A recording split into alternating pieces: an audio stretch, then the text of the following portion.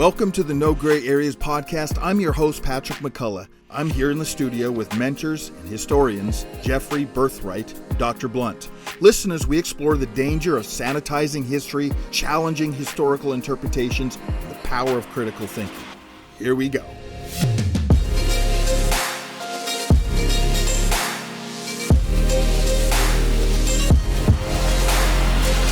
Dr. Carl A. Blunt and Jeffrey Birthright, welcome to the No Gray Areas podcast. So glad you're here. So let me just get a little background on both of you quickly. So maybe in 30 seconds or less, Dr. Blunt, give me a little background, or our audience a little background on who you are. Well, I can say born and raised in San Francisco in the 60s. That should tell you what kind of person I am. Sex, drugs, and rock and roll, the go-go 60s, anything happened, and going to Catholic school, being the youngest in the family with my mother gloving me up.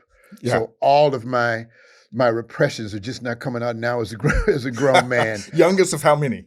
Four. Okay. So you had to be tough. You had to grow up just being tough, right? Oh, no, just the opposite. My sister's 6 years older than me. My brother's 12. My other sister's 14. Oh. So they're like, what's your name again? I'm like, I'm your brother. They're like, oh. So that was the 50s. My mom raised them. They didn't leave the house till they got married because it was the 50s. Yeah. I come along in the 60s, black guy, wearing hats, platform shoes, Black Panthers. Eldridge Cleaver lived across the street. Hippies, free drugs. My mother was like, yikes. She said, I just beat you, and you figured out when you're 18, bro. So can you send us a picture of you with your platform shoes so that we can post it? I got one on my phone. we got to see that. We're going to post that one, so that's awesome. 60 seconds or less, Jeff. Come from West Indian parents, born and raised in New York, Long Island, Lakeview, New York, and very, very passionate about helping young boys become young men. Yeah. And be successful at it. So that's my passion, and I got good brothers like Brother Blunt here to help me really to be the best at it. So I'm trying my best to reach everybody and talk to everybody. And I mean, we have a lot of programs for women, but we don't really have nothing for young men or young black men that we really I want to help them become better men. Yeah, and I want to circle back around to that toward the end of our interview. So I appreciate that you both care so much about youth. But this is going to be an interesting interview because you're, in a sense, you're almost my co-host a little bit today. Yeah, you and I were talking about this, and I said, why don't you just jump on here with you? He connected me to you, Dr. Blunt, and so I was really excited about that. And he gives to me rim high. Yeah. So I said, co-host with me today. I got so you. Let's just jump in the deep end of the pool. One of the reasons that I wanted to have you on is we talk about the power and complexity of human choice, that we make our choices and eventually our choices make us. But you've done a lot of work and a lot of study, Dr. Blunt, with the importance of history, but not just history, the importance of an accurate historical record. So let me ask you right off, what's the danger of sanitizing history? When you sanitize history, first let's look at the elements. It's supposed to be accurate. It's supposed to be truthful. It's supposed to be analytical, and you're supposed to use all the data as opposed to cherry picking. I'll just use one example: the United Confederate Daughters of the Confederacy. After the Civil War, they took control of all the school books in the South and just changed it around. They said that slavery was good. We don't know why these black folks aren't. How dare they? We fed them, we clothed them, we taught them stuff, and now they're mad. So I didn't realize at first a lot of guys I went to school with in the 60s and 70s why they were so segregationist till I found out that's all they were fed. That's all they knew. That's all they knew. That's what they had grown up learning in school. That's all they knew. An example, some of the black guys on the team, they would never shower when it was time to shower. You got the dorms, communal showers. They said, man, I've never showered white folks in my life, and I'm not going to start now. So they were amazed because I grew up with going to school with white folks out on the West Coast, Asians, Filipinos. So when you talk about sanitizing, same perception, two different interpretations of the world of life. That's what the importance of not sanitizing. You have to understand another man. You don't have to agree with him, don't have to like him, but you have to understand. I don't like him because, as opposed to I don't like him just because he's black. I don't like him because he got a foul attitude. I don't like him because he uses bad language. And that's what I think the importance is of non-sanitizing history. This is what it is, like it or not, and then move on. Yeah, yeah. And I want to circle back around in a little bit, some of the things you touched on, because I think it's so important. I want to come back to that. Let me ask you another question. What's the danger of not properly interpreting history? So we talked about sanitizing it. We want to take out this stuff that makes us uncomfortable, right? Yes. That's what we mean by sanitizing. Well, I'm not comfortable with that, so we're just not going to teach it. But sometimes we're not even interpreting history correctly. What's the danger of that? You hit on the right point. Like you said, we're uncomfortable with that, so we're taking it out. It's not even that point. I'm uncomfortable with these things, so I'm going to make that the boogeyman. I'm going to say this is bad. That's why I'm taking it out. As opposed to saying, slavery was kind of bad, so we're not going to talk about it. As opposed to slavery was not bad, it was good. It gave black folks jobs. It took them from Africa, from the dust. It took bones out of their noses, put shoes on their feet. So that's the difference, not just redacting it, but changing reinterpreting it. Reinterpreting it so that you get a false impression. And we're sitting across the table and one guy is saying, I don't understand. Kind of like my math teacher. How come you can't get this math? Because they get it and I don't. I said, well, because maybe you're the teacher and are you supposed to teach me why I don't get math? Yeah.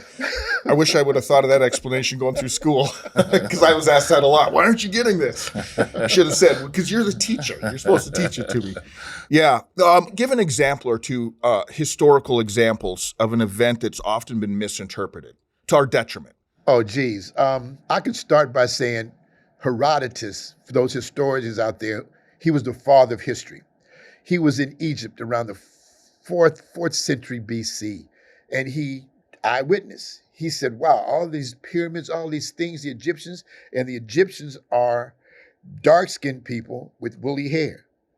Okay, who do you think that is? And Herodotus is saying this. Herodotus said this. Is a historian looking right now at the people, and that's what he's writing. Yes. Herodotus said that. Lucian, who is a Greek philosopher also around that time, he said the Egyptians and the Ethiopians were dark-skinned people with thick lips.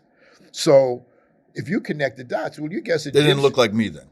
Because for our audio listeners, I have no hair. They had a little bit more hair. Yeah, they had a little more hair than me. So when you see the Egyptians, you see, Marlon Brando, Charlton Heston, you see Elizabeth Taylor, and they're brown skinned like my color.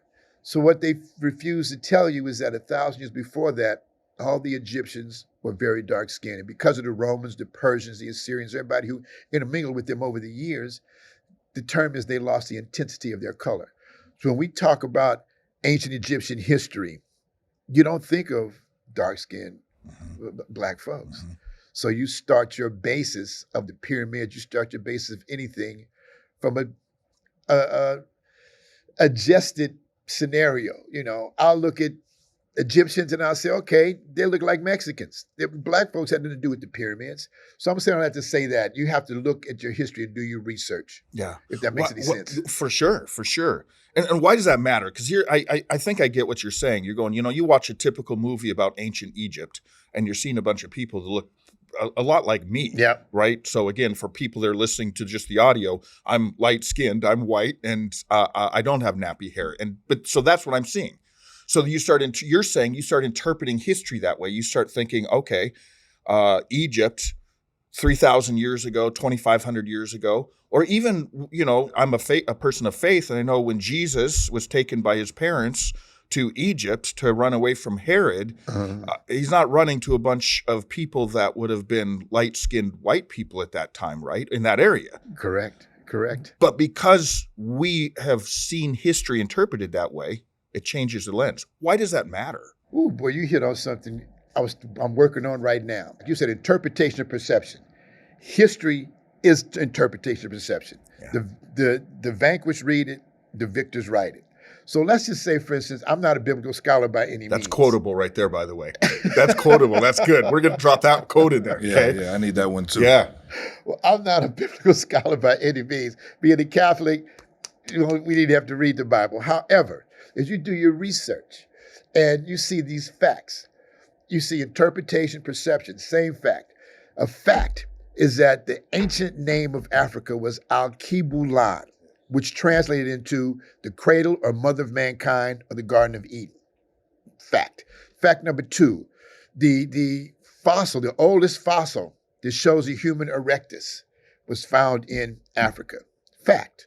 Fact number 3, the oldest mathematical instrument called the Lubambo bone, which is some type of ruler, was found in Africa. Wow. You're like, okay. Then another fact, scientists theorize that everybody in the world has a trace of African blood and of African ancestry. So now, again, you go to the Bible and you look at Genesis and it says, you know, the Garden of Eden, the river ran through it. It ran through Cush, which Cush is now modern day Sudan. And he said also the land of gold. I think it was called Havilah. I think it was the name they use in the Bible. But that's what they called Cush and Nubia. So I'm looking at all these facts. I said, well, gee, well, if that was where the Garden of Eden was developed, how come Adam and Eve was always depicted as somebody looked like Farrah Fawcett and Chris Christopherson? So you talk about a religious base, you know, and when I was taught in school, the cradle of civilization was in Mesopotamia. It was in Iraq and Iran. Where are your facts? Well, the Tigris and Euphrates mix up. They confluence. Okay, that's your one fact. What about my five? Yeah. So it's all about connecting the dots. Yeah. So again, some folks just will not believe. You know, Africa was not the motherhood of mankind. Africans were not dark skinned. You know, Egyptians were light skinned. So that's where you start to, you know, misinterpretation. Yeah. Pat, if we could stay right here really quick. Yeah, absolutely. So you're the co-host, so we do whatever you say. So with that being said, and all those nuances, can you talk a little bit about some other nuances that people might not realize came from Africa during that time? Let me see. Well, you talk about you know, the Moors. I'll get a little bit more. I'll go back to the 7th century. The Moors controlled from Spain all the way to the Middle East that we know now. Yeah. They were top military folks. They were traders. They were heavy on education. When you hear the word Timbuktu, the city of Timbuktu, I heard that all the time growing up. You think like, man, I'm gonna send you Timbuktu. It was a threat, right? Yeah, it was a threat. I don't want to go there, middle of nowhere. Yeah. That's one of the first universities in the world, University of Timbuktu. Wow. When the French colonials went there, they burned everything. They took all the manuscripts, they burned them up. They tried to eradicate and erase all that famous African history. You talk about one of the greatest emperors of Rome. His name was Septimius Severus. He was a North African. You don't even hear about him mentioned. Did not know that. He expanded the Roman Empire to some of his greatest lifts. He developed almost a rapid deployment group because the Roman Empire was so vast. Roman armies were always on the move, always on the move. Being in the army was like a punishment. So he said, I'll give you guys a little bit more dough. You guys who want to re-enlist, I'll give you a little bit more promotion. I'll give you some land. So he kind of re-engineered how the Roman legions were prepared. He said, instead of you guys marching for months, I'm just going to put, I'm going to put these particular battalions or legions, so to speak, in various places. Yeah. Brilliant move. Yeah. I had a professor that told me, and as my major, professor said, you guys write about any emperor you want. I wrote about Septimius Severus. He blew his stack. Why'd you write about this despot, this anomaly, this, that? Yeah, you could have run about, somebody white, a white emperor. Why'd you pick him? And I'm just like, wow. I mean, so back I was saying, kids nowadays in school, they have these cell phones. They can ask the teacher questions. They can challenge them. Not when I was in school. 1492, what happened? Christopher Columbus sailed the ocean blue. He discovered America, memorized it, write it down, put it on a test. It's facts. You just learn the facts, right? Is what they were told as facts. Bogus facts. Yeah. I don't believe that. I'm calling your mom and dad. You're challenging me. Yeah. Carl's being disrespectful in class. Yeah. So that's what makes a difference. I know. Were you always? Let me just quick side note. And I want to come back to this. Okay. Were you always wired this way, where you were kind of challenging things in your mind, and maybe you couldn't say it out loud? Is that how you were growing up, or? Remember, bro, being a freshman in high school in 1965 in San Francisco, stuck with my mother, not knowing the rules nowadays. I've raised 3 kids already. Now it's a new guy, it's a new rule. So all that was repressed. At her funeral, my sister said, you guys thought Carl was joking, but yes, my mother made him learn how to ride his bike in the house. She would not let him go outside and ride his bike. Really? That's why I learned how to ride my bike. In the house? In the house. Why wouldn't she let you go out? Well, first of all, I was pretty active, Okay. And then Eldridge Cleaver lived across the street with the Black Panthers. And she's like, oh, no. When I got to college, she said, Mom, I'm going to go to college in here? And she said, oh, hell no. You going to school right down there at City College where I can keep an eye on you. Okay, so you were, this is just, you were just wired as someone who's going to. When I got some freedom, all these questions, I like reading, I like research. So that was the result of my mother being. Yeah. That's just all being very, oppressive is not the term I want to, let's say protective. Yeah, protective. Because I don't want her, rolling over in her grave and stuff. Yeah. So so I'm wired like that because I could not express those things. And when you got an opportunity, it really came out. But Dr. Blunt, I heard you on another podcast and you talked about the importance, though, for people today, not just youth that are in school, but for all of us to do our own homework, right? Oh, yeah, that's the key. Yeah, just because you heard something or you learned something in school or in a history class, or you saw something on social media post, to take the time and go back and research it yourself. Why is that important? And I'm going to keep asking that particular question throughout this podcast. Why is that important? That's the key. And again, I'm glad you keep focusing me because like Birthright, I tell you, I mean, I get to talking, I'm all over the place, but the social media, friend or foe. I had that conversation the other day with a student. I'll start off with an example. I have a conspiracy theory partner. I call him Conspiracy Theory Bro. 5 years ago, we all need one of those. Oh man, 5 years ago, I wouldn't believe half the stuff he tells me. Yeah. I'll start off by saying he called me a couple of years ago saying, "Man, all those kids, those 500 kids they couldn't find at the border. Yeah, well, they harvested all of their organs all over the world. They're not going to find them." I'm like, damn, man, really? So then he calls me and he says, "Man, do you know a professor at UCLA got fired because he wouldn't give Black students an easier test?" I'm like, wow, man, send me that. Okay. I look at it, I triangulate, look at 3 different sources. I said, let me look at Huffington Post or somebody else. And it says, yes, the students wanted to get a little easier time because of the George Floyd things. Man, we stressed out. Can you give us a little bit longer to study for our test? I said, that's a little bit different than the first one getting fired. Yeah. The second one was like a student went to the faculty on behalf of the Black students, say that they should be able to get more time to do their test. The faculty said no, a little bit different. The third one said a white student, unbeknownst to the Black students, went to the faculty and said, you should give those guys more time, because blah, blah, blah, blah, blah. The faculty responded and said, no, we're not going to do it, except one faculty member who was this white student's friend. This is all unbeknownst to the Black students. He said, no, those ends and blah, blah, blah, blah, blah, and just went off into a racist rant because he thought they were friends. It got to the faculty. That's why he got fired. So number one, that's one reason for you have to, to do your research, do your triangulation, because you don't believe. When I was coming up, no cell phones for me. What did we have? We had neighbors, friends, sisters, brothers, Dewey Decimal teachers. System. The Dewey. Oh, geez. That long ago, huh? Jeez. But we had built-in filters, which were people. Yeah. Duh, hey, I don't believe that. Who told you that? Now, bam, whenever these kids get on the phone, they don't know if it's real or not. I don't know if you guys remember Momo. Momo was this social media thing.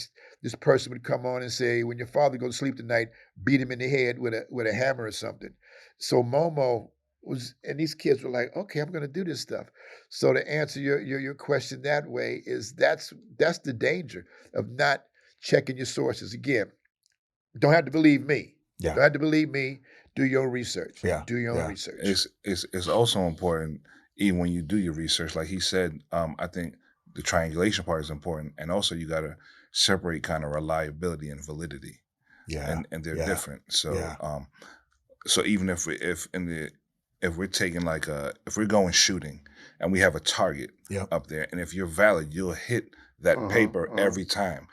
If you're valid, you hit the paper every time. If you're reliable, you hit the bottom right every time, or you hit around, one spot, that becomes reliable. Your grouping is tight. Right, absolutely. So, I mean, Wikipedia is valid, but it's not reliable. Yeah. That's a good point. If you get peer-reviewed articles, that would be more reliable. Yeah. But if you get Wikipedia, they give information that's not necessarily reliable, but it's valid. Yeah. So we kind of got when we're doing history, we got to separate. We got to understand the difference between that. Yeah. How does this not get overwhelming though? Because I get, man, You guys, I totally agree with what you're saying. And I know I love history, and I've always been passionate about reading history. But as you start reading it, and then even being, I went to Bible school and being a Bible teacher for years and going back and looking at it. To your point, let me just let you know what revolutionized my own personal Bible study is I started looking at it and going, I got to quit looking at this as a 20th century Westerner and try to read it and interpret it as a first century Jew who wrote it, or, pre that, the Older Testament, pre that.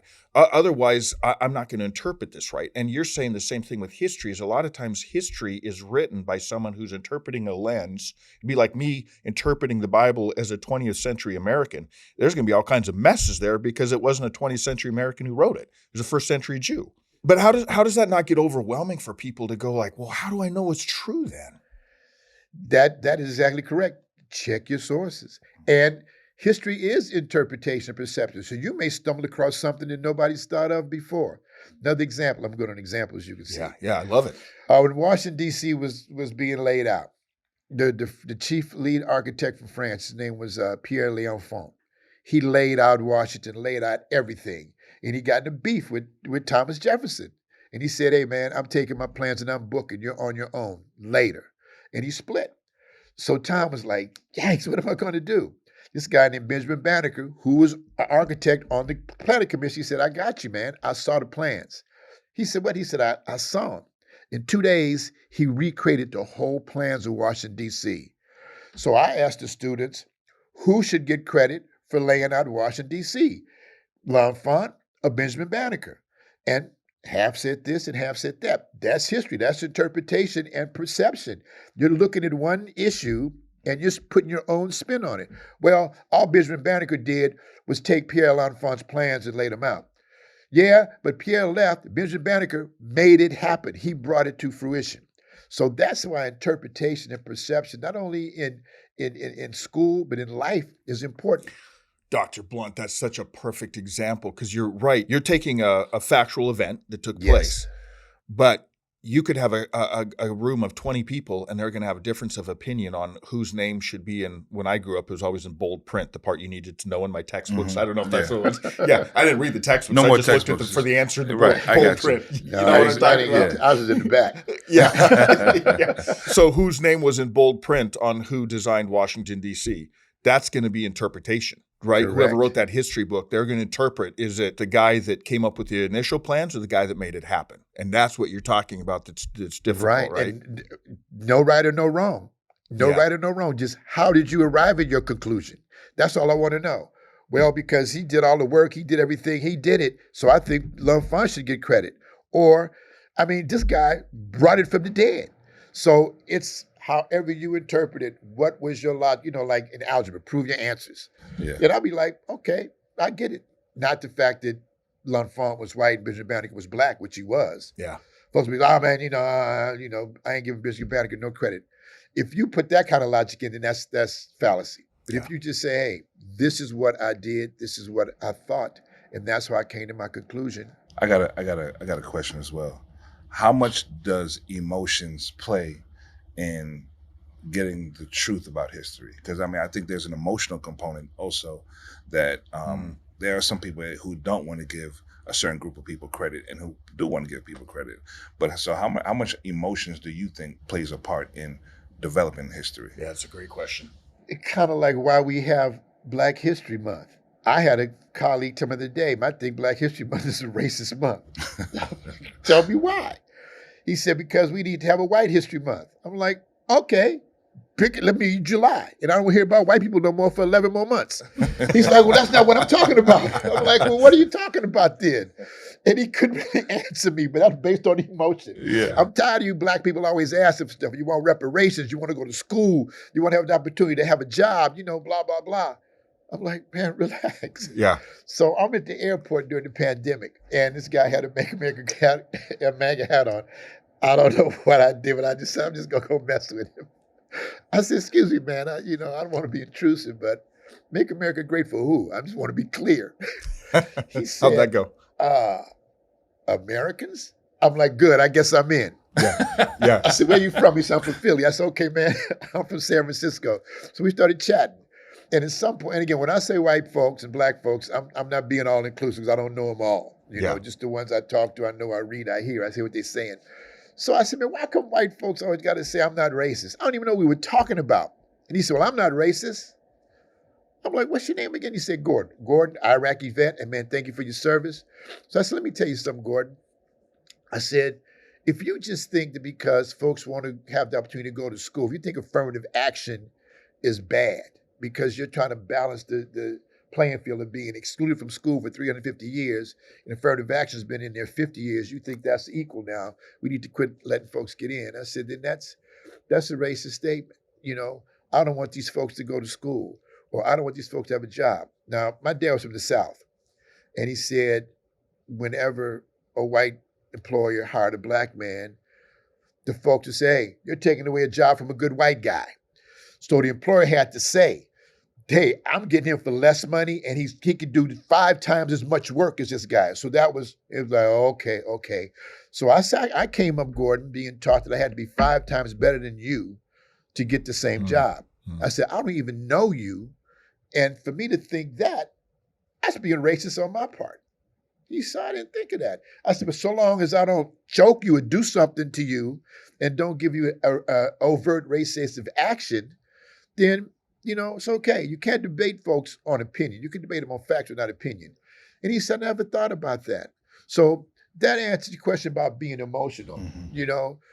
And once we talked, he said, man, let me buy you a drink. I said, I don't drink, but, you know, I appreciate that. But emotion.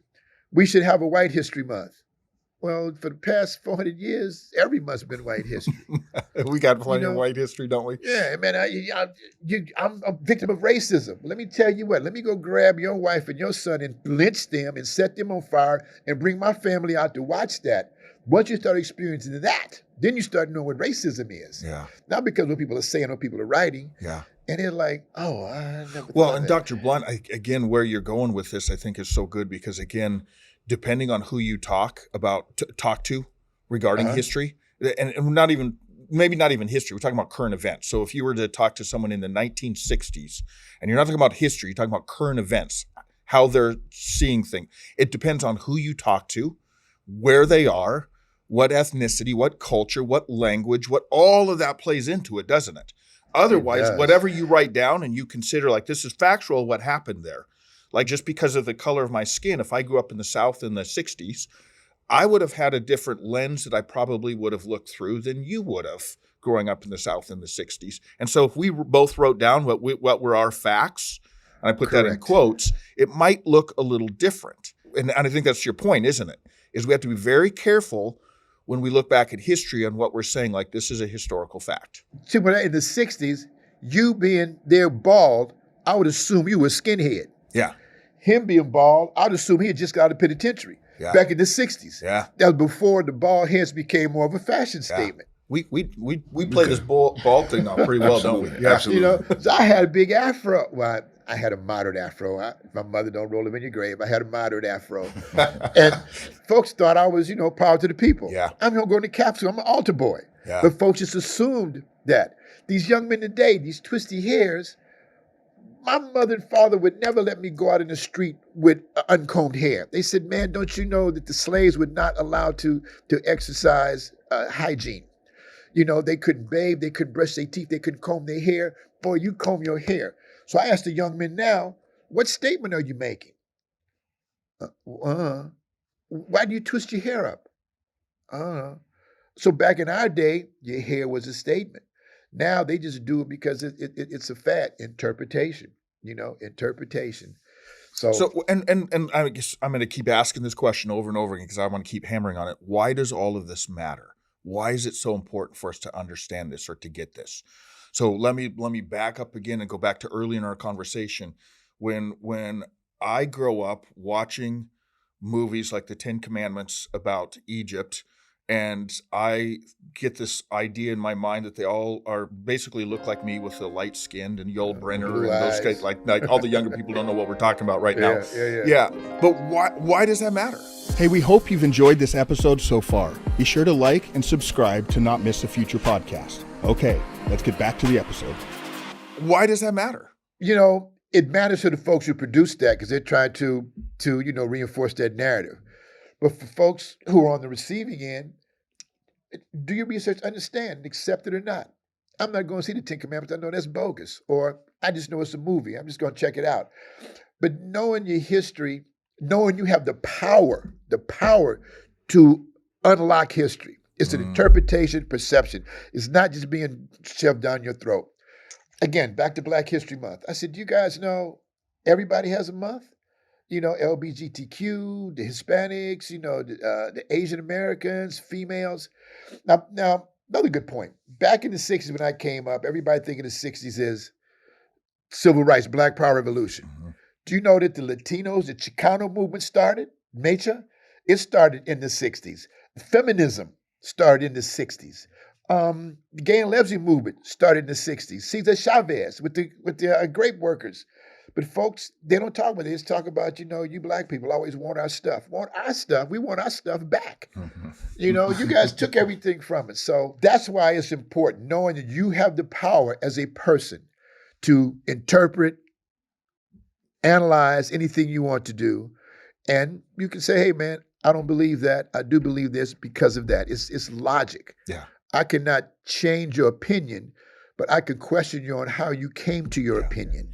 Dr. Blunt, just having our little time here today, I think I realize that about you and I value that in you. I think one of the things that we've really lost in our society and our culture today, and I mean today isn't probably stretching back over the last decade or more, is our inability to have dialogue, to have true dialogue. And I'm realizing, just listening to you tell stories, that you seem to be very gifted at that you can go up to someone and by maybe the clothing they're wearing or what they're representing, you're thinking is immediately like, I probably don't agree with this person, but you're going to be able to go have a dialogue with them and get them to just think about it and help them have a real dialogue with you. Would you agree that we've lost our ability, or we've lost a lot of our ability to have true dialogue? Man, you must be reading my mind. That's the next thing I was going to say. Being a kid in the 60s taught me tolerance. Talked about the gay lesbian movement. Kids now are talking about the transgender curriculum they got going on, man. What's going on? We had that same scenario 60 years ago. They talk about COVID. We had the crack cocaine. They talk about Black Lives Matter. We had Black Panthers. Talk about the wars in Ukraine and Gaza. Man, we had Vietnam War. So growing up in San Francisco gave me tolerance. I don't agree with everybody, but I can understand who they are. Because the gay and lesbian movement in San Francisco in the 60s was very violent. Folks think that those are the ones who are always oppressed. They were oppressed to a certain extent, but the general white establishment embraced them because y'all might be gays and lesbians, but y'all white. So the Black gays and the Black lesbians and Latinos had to have their own counterculture, which I thought was bizarre. They had to go to the Peacock Lounge. I'm like, man. So even the movements in the 60s were sometimes segregated. Yeah. Same movement, same cause, so to speak, but they were segregated based on color of skin. Based on color and economic status. Harvey Milk and those gays. Oh, back then too, gay and homosexual were two different terms. You call somebody homosexual, that was the proper term at the time. Call somebody queer was an insult. Now it's on its head. I'm not homo. Don't define me. I'm binary. Which is a whole other conversation we could have about how language changes, but how language is important, but it's always shifting and morphing and changing, isn't it? The N-word. Yeah. Back then, somebody was getting hurt. Now, that's a term of endearment. Yeah. And I'm like, bro, I don't understand that, man. So go ahead, Jeff. But I kind of think that it's you kind of got to be knowledgeable of the times and how it is changing.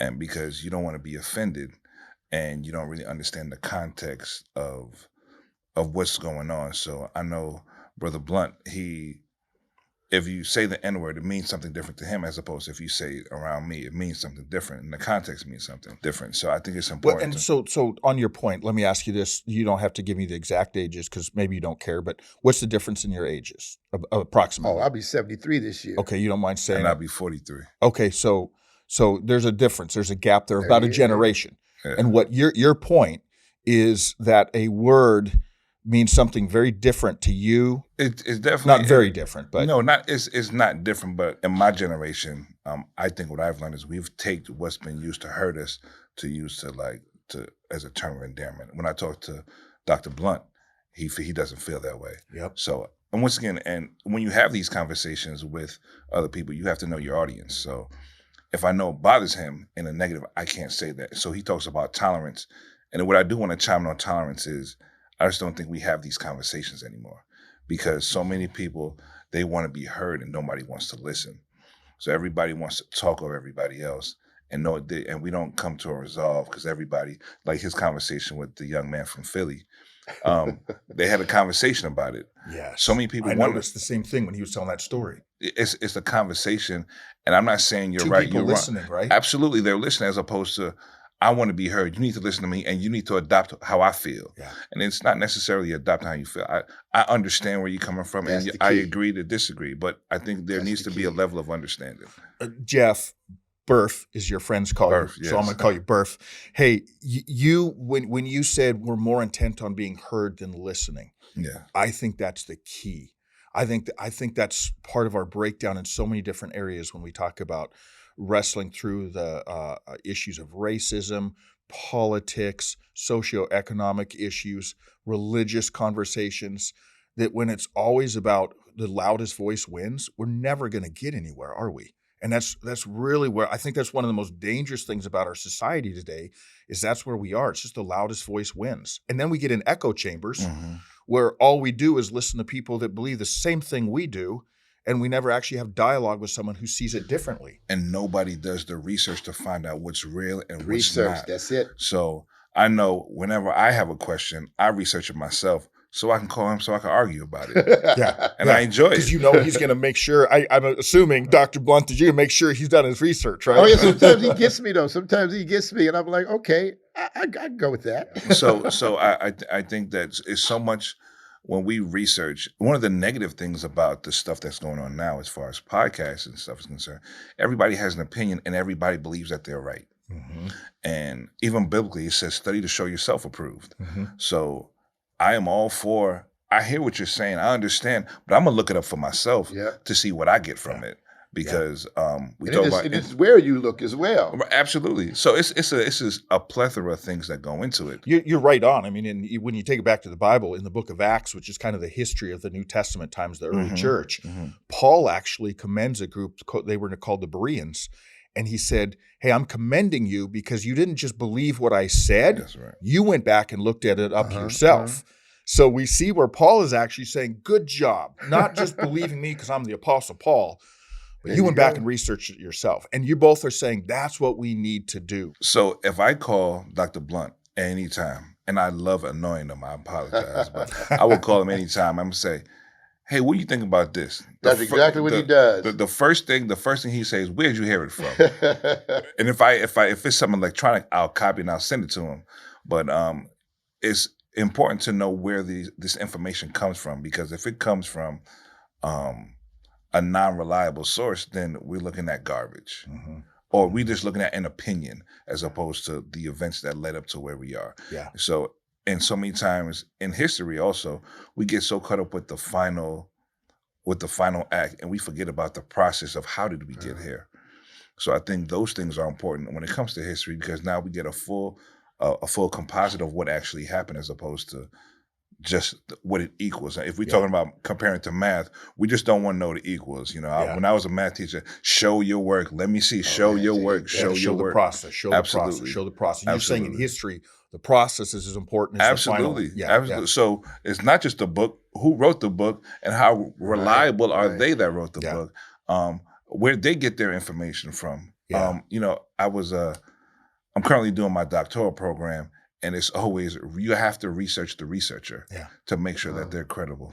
Well, on that note, when you're just talking about your doctoral program, I was friends with a guy years ago that was doing his doctoral work on justice issues. And he made this comment, his doctoral thesis was going to be really around this idea that whoever controls the narrative controls the power or has the power. Yeah. And that's going back a little bit with what we're talking about, isn't it? That if we're going to read a narrative of history and it's not a correct narrative, or I think we see that throughout history where someone gives the narrative that they want, and then there's a lot of power that comes with that, isn't there? Yep, like most historians do. And again, I know I'm getting out of my area of expertise, but we talk about redacting the Bible, the Apocryphy. Why did they take those books out of the Bible? And again, I don't know the reason. I just kind of throw that word like I know what I'm talking about. But everybody tries to control the narrative. But you know what though, and this, Dr. Blunt, this is perfect that you brought that up, because most of our listeners are probably from a faith-based perspective, and some of them probably just went off the road, like, hitting their steering wheel. What are you talking about with the Apocrypha? But that's our point, is to be able to have a dialogue about that. I need to understand. That's why I brought it up. Yeah, or both ways, to go, okay, you don't have a problem with that taken out of the Bible because you just heard that your whole life. But can you support why you think it's okay that they took it out? That's your point, isn't it? Right. Somebody would tell me that. That's why. Because I don't know. Instead of me going around running my mouth, I ask. Yeah, exactly. And do the research, or have the dialogue with someone who's coming from a different perspective. I mean, again, for me personally, I think this has been some of my biggest growth area in my life. I'm 52. And I had to pause for just a second to try to remember if I was 52 or 53. But I'm 52, not 53 yet. And I think some of my greatest growth the last few years has come in exactly what we're talking about, where I'm so much better at dialoguing and trying to get from, okay, you have a difference of opinion, but help me learn, help me see. And so often that difference of opinion, it's not so much fact or fiction. It's just you had a different experience than I had. Sometimes it goes back to fact or fiction. This happened or it didn't happen. But sometimes it's just you experience life differently than I have, and I want to learn and help see it through your eyes a little bit. That has helped me so much in the last, I think, 5 to 10 years, but especially the last 5 years. And that's part of what you're helping our audience, right, recognizes the value of that. Ask questions, talk, rather than me running around, running my mouth about some biblical stuff I don't know. I'm going to ask somebody who knows and draw my own conclusions. That's the whole thing we're talking about now. Do your research, find out what's going on. Is this historical fact correct, incorrect? It depends on how you do your logic, how you get to your answers, how you prove your work. And that's what I drill into these young men all the time. The guy yesterday was doing something about alternative fuel. And we was talking about Black history, and he was kind of like, how does A relate to B? Yeah, alternative fuel and Black history, they don't go together. He's thinking that. I said, look up George Washington Carver. In the 1930s, he was doing alternative fuel on. He was one of my heroes growing up, by the way. And he looked it up. He was like, wow, Mr. Blunt, I never knew that. I'm like, okay. Brilliant man, brilliant scientist, cutting edge stuff that he was doing. Yeah, and so you put those two together for him. Yeah. He's thinking, oh, man. He was like, man, I'm glad you told me that. I'm like, okay. So, again, I said, don't take my word for it. Google it right now. I'm smiling so big. Again, if our audience listening, they're not watching, they don't see me smiling really big, because I was curious where you're going to take that too. Alternative fuel and Black History Month, and George Washington Carver was perfect, because again, if you're listening and you don't know who this guy is, you got to go look him up and do a little bit of reading on him. Like you say, man, the guy was wouldn't take any salary. Wouldn't take any salary from Tuskegee. Yeah. Heart of compassion, brilliant. But and what they you tell put us in those school, two together. The Peanut Man. Right. Yeah, that's all we know about him. I said, what? He helped us make peanut butter. Exactly the way that I was taught. Exactly. George Washington chopped down a cherry tree. He never told a lie. I'm like, where'd you guys get that from? We don't know George Washington very well if we're saying that he never told a lie. So let me circle back around to something else that came up a few times as we've been talking language and why it matters. When we look through history, the way we describe things, and I think even in our modern day language, and this is why we have to be so careful. So for example, we call them Native Americans now, but if you went back far enough in history, like maybe late 1800s or whatever, we were calling them savages. That completely changes your mindset of that people group, correct? So how is language important in history and current culture and events? Well, okay, let me tell you what I'm working on now, something called Bacon's Rebellion or Bacon's Revolt back in 1676. 1676? Yes. Okay. The indentured servants, the Black indentured servants and the white indentured servants got together with a guy named Bacon, who was a landowner, armed themselves, and fought the colonial government because they wanted to move the Native Americans off of their land. So can I just jump in here really quick and help our audience, because some of them aren't historians. I didn't pay attention to history class. Okay. So this is about 100 years before we're even a country. So when you say colonials, we got people living here now that weren't native to this country, and some of them are going. Some of our audience right now is going, and I'm gonna get you off on it. We'll bring you back, but I'm gonna get you off on another issue.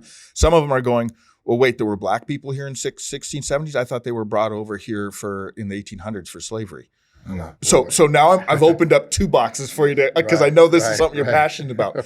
So I want you to finish this story and then go back and we'll fix that one part about people that are saying that blacks came in the 1800s. But I could reverse it now and start on the reverse and then bring up to that. Yeah. So in 1619, it was the common audience. This is why it's important to know history correctly. Right. It was like, hey, the first Africans that came to the New World came enslaved in 1619. That's the 1619 scenario. Now, who'd they come with? Can you tell who they came with? Well, all that came weren't enslaved. They were indentured servants, which you talked a little bit about before. Indentured servitude means. So they had like 7 years they had to work and then they'd get their freedom. Yeah. Correct. But they had to have skills. You just not sending no bum to the New World. Say, man, give me some money to go to the New World and hang out. They had to have skills. So they weren't just rank and file people. They were clothiers, they were weavers, they were silversmiths, they were carpenters. They had skills. You talk about Africans coming with those skills, agriculture and whatnot. So 7 years, they get released. The whites came as well as indentured servants. They're not saying not all blacks came as indentured servants. Some did come in slavery, but a lot of them did not. Yeah. They came with the white folks. Okay, so as we go a little bit further, I didn't go into my African historical stuff. We talk about all these great African empires, Kush, the 25th dynasty, the Kushite pharaohs, all that stuff and whatnot.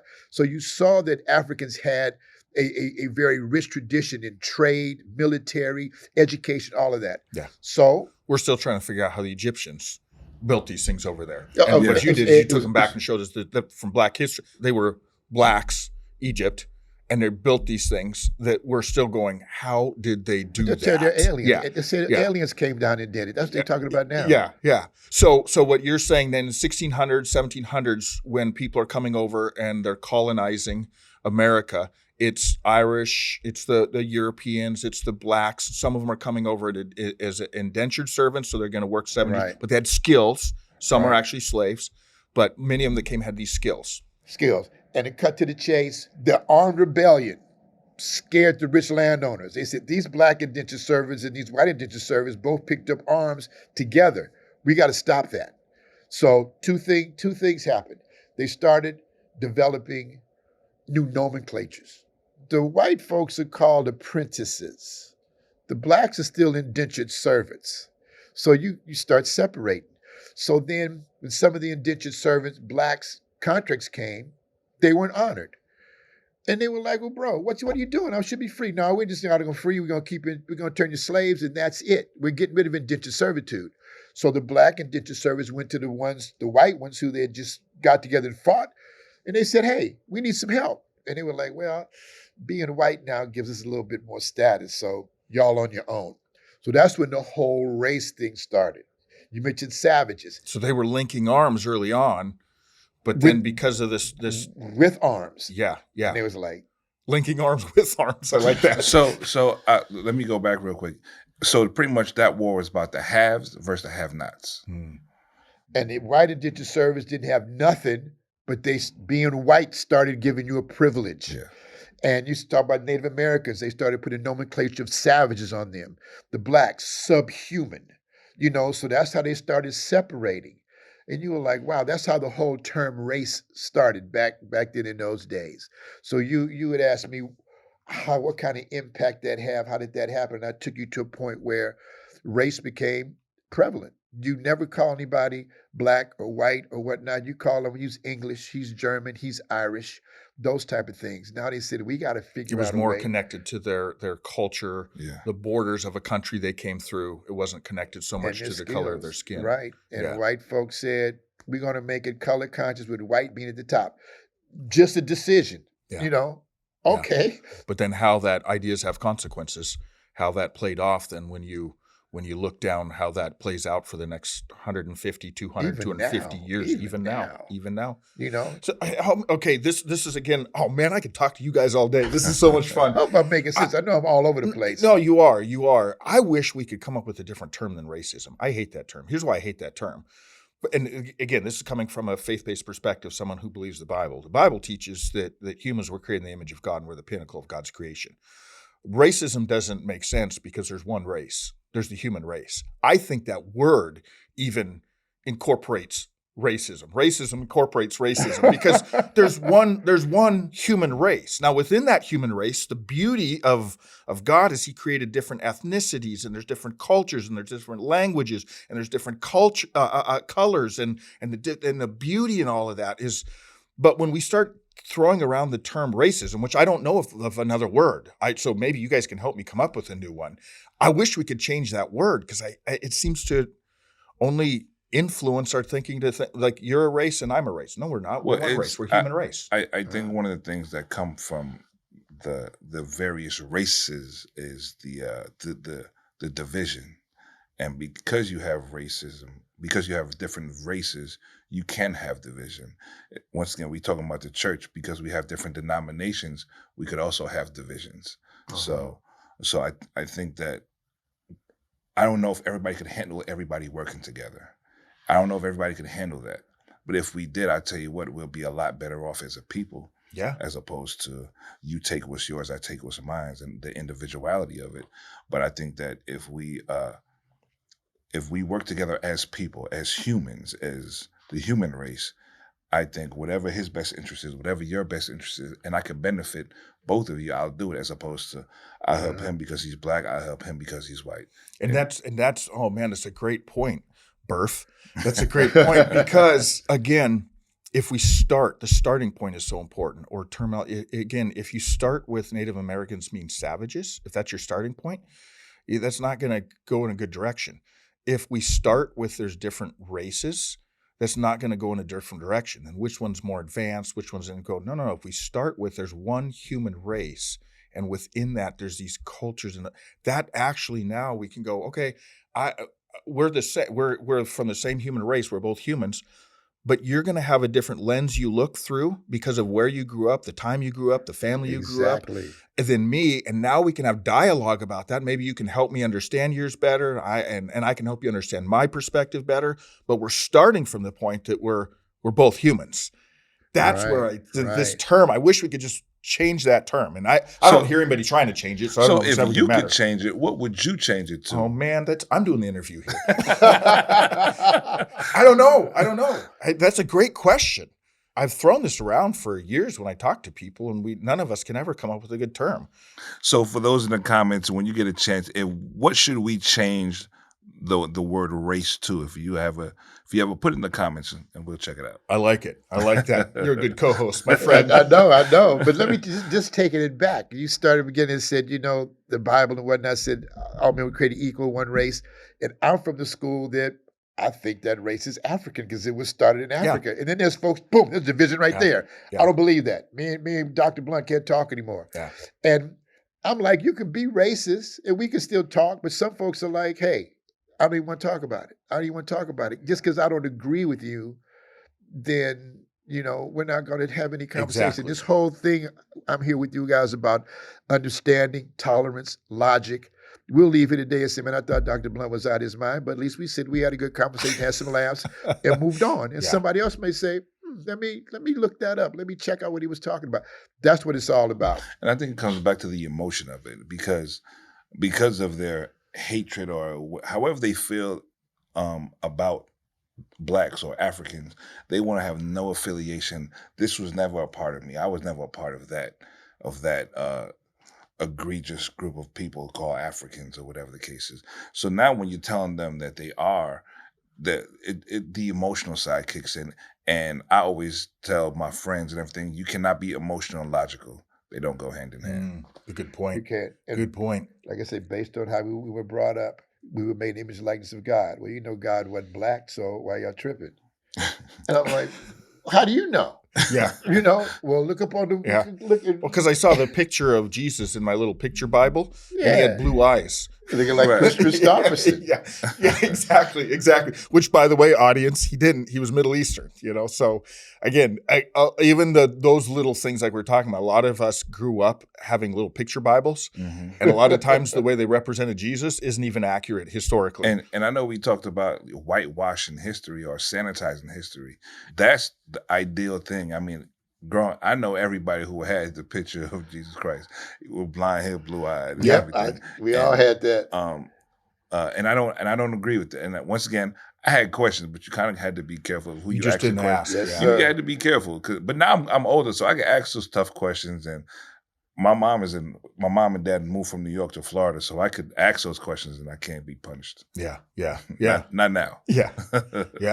Oh, yeah, I remember my dad, he said, Jesus H. Christ. Quit saying that, Lawrence. My mother would say, what's H stand for? Humphrey. So you had to be very careful when you said anything religious around our house. Everybody had their little cross in the kitchen. But this is good, man. You allow me to kind of share myself. I hope I'm being clear and I'm not being random, because I usually wind up talking to myself all the time. Yeah. No, very clear. So let me ask one more question, then I want to redirect our conversation a little bit. But I brought that up before, whoever controls the narrative has the power. Yeah. Speak into that a little bit more, because again, I think this is so important for us to understand. We're not just talking about from history books, although that's part of our conversation, but it's in a family. You control the narrative in a family, you're going to have the power in that family too. And that's the dangerous thing. We have to be very, very careful with what our narrative or story is.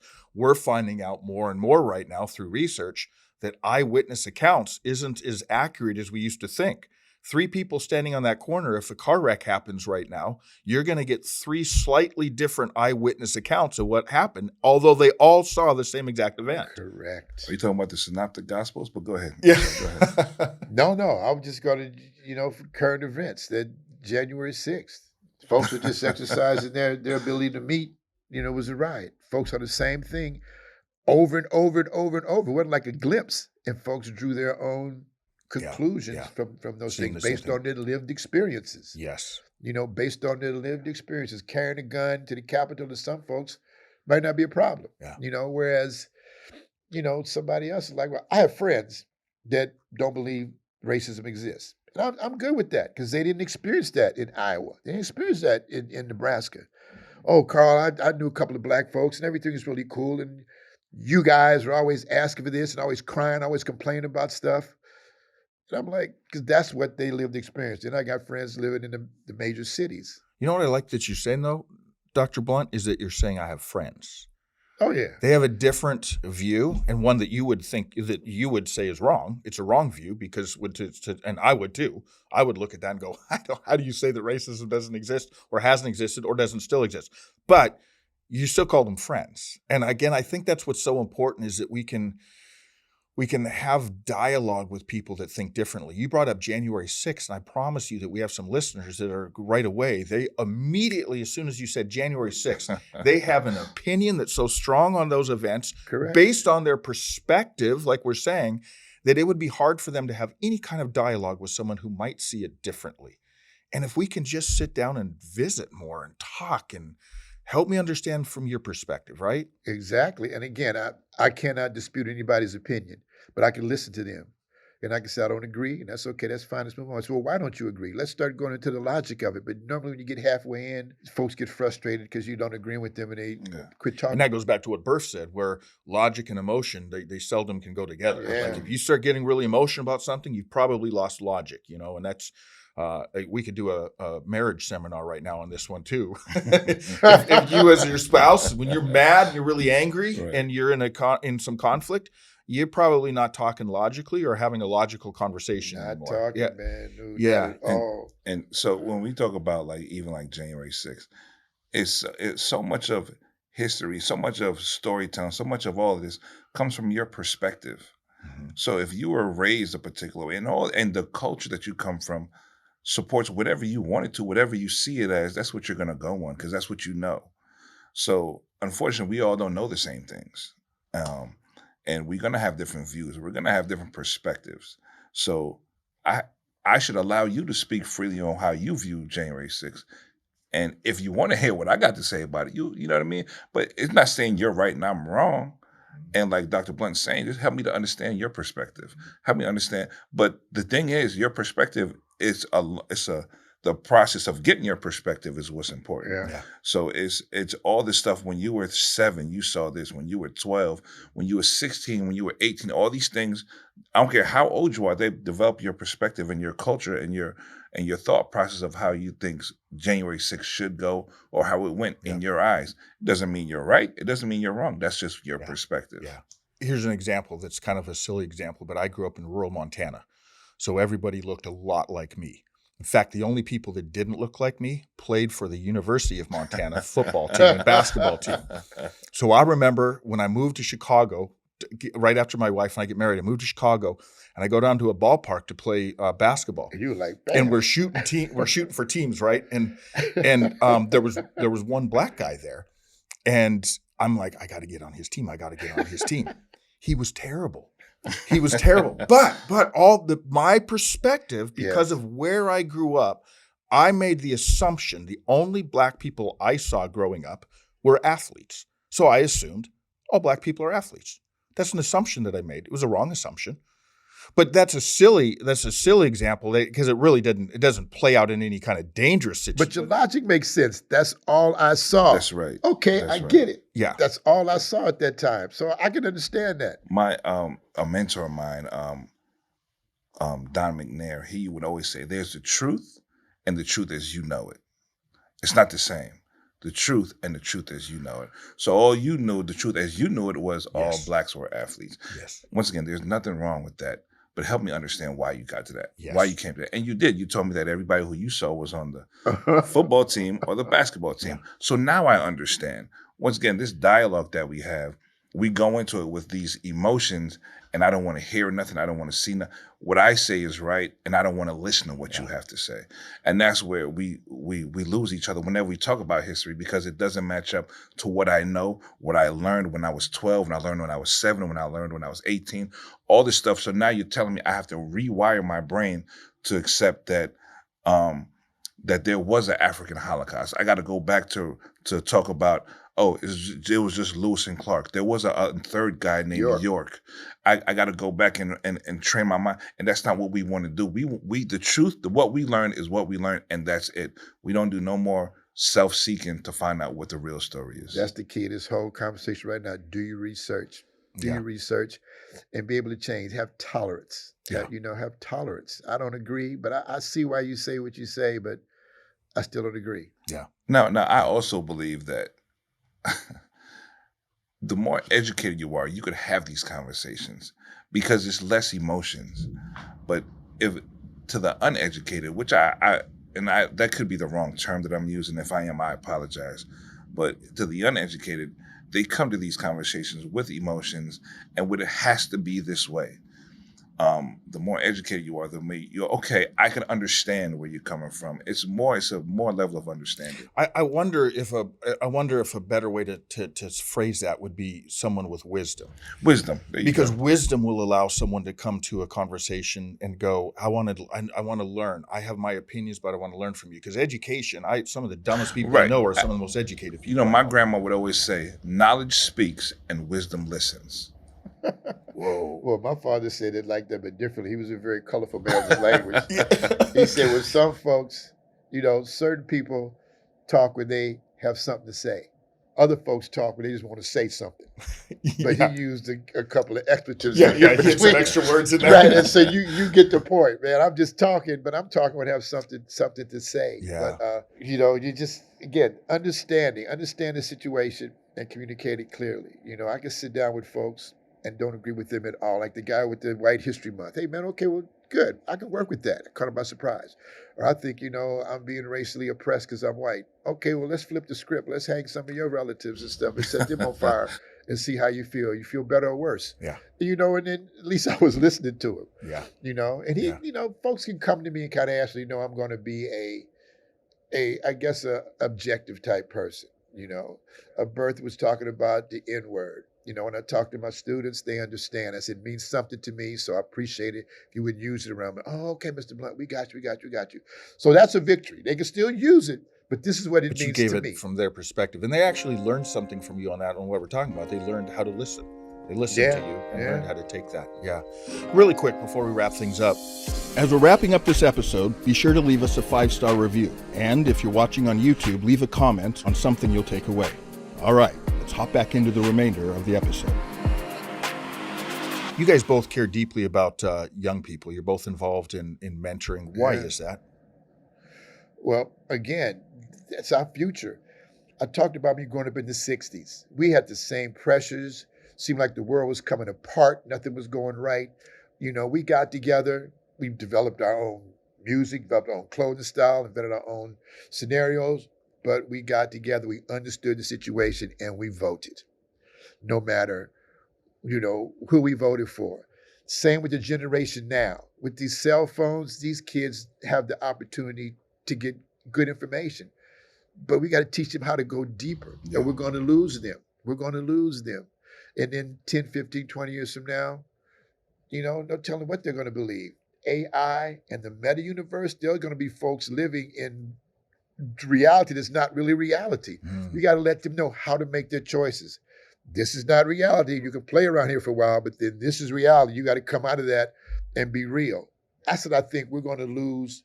We're going to lose our kids if we don't let them know they have an opportunity and the power to do their own research and make their own decisions. Make their own decision, make their own choices. Dr. Blunt, brilliant how you connected that back to our theme of the power and complexity of human choice. That was brilliant. That was by accident, but I'm going to take credit for it. Yeah, I'm giving you credit for it. So if we're going to go like on a biblical, I kind of think that this world is kind of falling to shambles because men are not taking their rightful roles in society. So I think that if you don't know the role, it's hard to play a role that you've never seen play. So I think that as men, as Dr. Blunt, I listen to Dr. Blunt. He tells me advice. It might not always be the best advice, but he gives me advice. It's bad advice, that's for sure. He gives me advice, and I take it for what I need to. I chew on it, and I give it to those who also want to listen, who I have in my group, which is my son, which are fraternity brothers, or whoever the case is, and I give them and I talk to them. It is important for us as men to kind of right the ship. Yeah. And we have strayed so far away from what I think that we could do or what we should be doing. Now, you know, it doesn't look like what I hoped it would look like. And I'm sure if Dr. Blunt's dad was here, if your dad was seeing things, they would not be happy with the way things are going. So I think that it is important that we show men what they should. This is your responsibility. This is your responsibility. This is the things that you should be doing. So even though yes, I mentor whoever, but I have a strong passion to see young men become better men. Yeah, I love it. Just get close. Yeah. Must be one more thing though. When I was doing my doctorate, one of my professors. So I'm glad you're on I'm your committee chairman because you know we got a lot in common. He said I was born in poverty, grew up in a motorhome. My brother was a drug addict. My father wasn't around. I'm like, what do we have in common? Yeah. Other than me being black.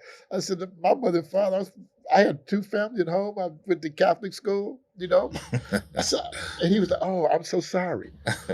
He assumed you had a lot of. He assumed that we connected because he was from poverty. I said, I'm from upper middle class. Yeah. I said, I've never been inside a mobile home. Yeah. But that goes to say about it. He says, men being men. I know some women who had a problem with the term men. But just understanding. You know, and him and I could have fell out, but we spoke and we talked about it. And that's the whole key of this whole thing. I could have been insulted. I could have been angry. You know, he could have been insulted. But I said, oh, you know, Dr. So-and-so, I get you, but we're from a different background. Yeah.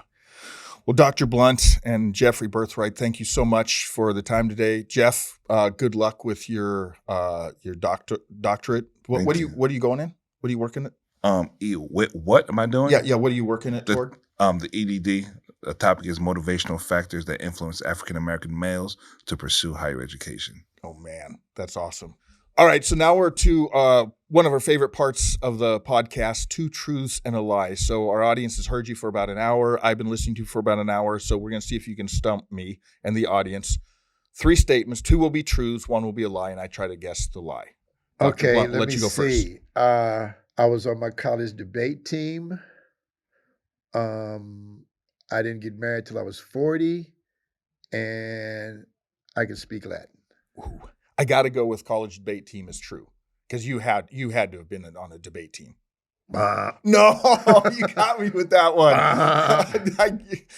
I was on a run for a while. I was right, and then the last, I think, 2 podcasts, I was wrong on both of them. But you weren't on a debate team? How did they miss you on the debate team? In college in the 70s, I was on a different trajectory, my brother. Okay. Okay, I get it. Enough said. What was the question again? Yeah. You wouldn't have known what they asked.